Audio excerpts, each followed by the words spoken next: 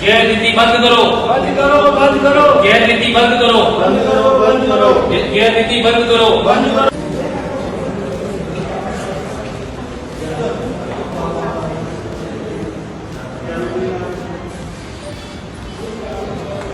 હવે એક જ ઘરમાં એક જ રસોડે જમતા બે રેશન કાર્ડ છે, પતિ અને પત્નીના નામ પર.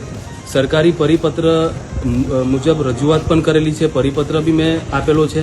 તેમ છતાં આજે 5 મહિનાનો લાંબો સમય વીતી ગયા છતાં તેમ આજ દિન સુધીમાં કોઈ કાર્યવાહી નહીં કરવામાં આવી. સરકારી પરિપત્ર એવું કહે છે કે જો કદાચ એક ઘરમાં બે વ્યક્તિના રેશન કાર્ડ પકડાય તો તાત્કાલિક ધોરણે બંને કાર્ડ રેશન કાર્ડ રદ કરવા પડે, તેઓને ભરપાઈ કરવી પડે અને તેઓની ઉપર કાયદે ફોજદારી રાહે પણ કાર્યવાહી પણ કરવી પડે. તેમ છતાં આજ દિન સુધી આ લોકોએ અવારનવાર મને ધક્કા જ ખવડાવેલા છે કે આજે થઈ જશે, 2 દિવસ પછી થઈ જશે, 10 દિવસ પછી થઈ જશે. અને આના માટે હું બરોડા ડીઓસો સાહેબને પણ મળીને આવેલો છું, ત્યાં પણ મેં પુરાવા આપેલા છે, ત્યાં પણ રજૂઆત કરેલી છે. તેમ છતાં આ લોકો ઉપલા અધિકારીની પણ વાત નથી માની રહ્યા.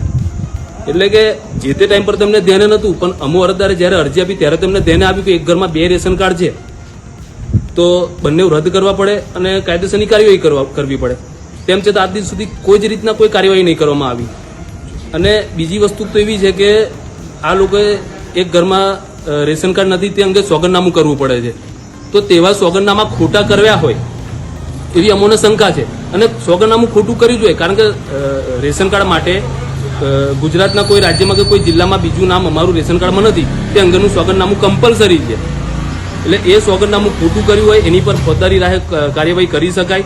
તેમ છતાં જે તે અધિકારી અમારી વાતને નજરઅંદાજ જ કરેલી છે. અને બીજી વસ્તુ કે મેં પોલીસ સ્ટેશનમાં પણ એક અરજી આપેલી છે અને બીજી પોલીસ સ્ટેશનમાં પણ આ લોકો સાથ સહકાર નથી આપતા.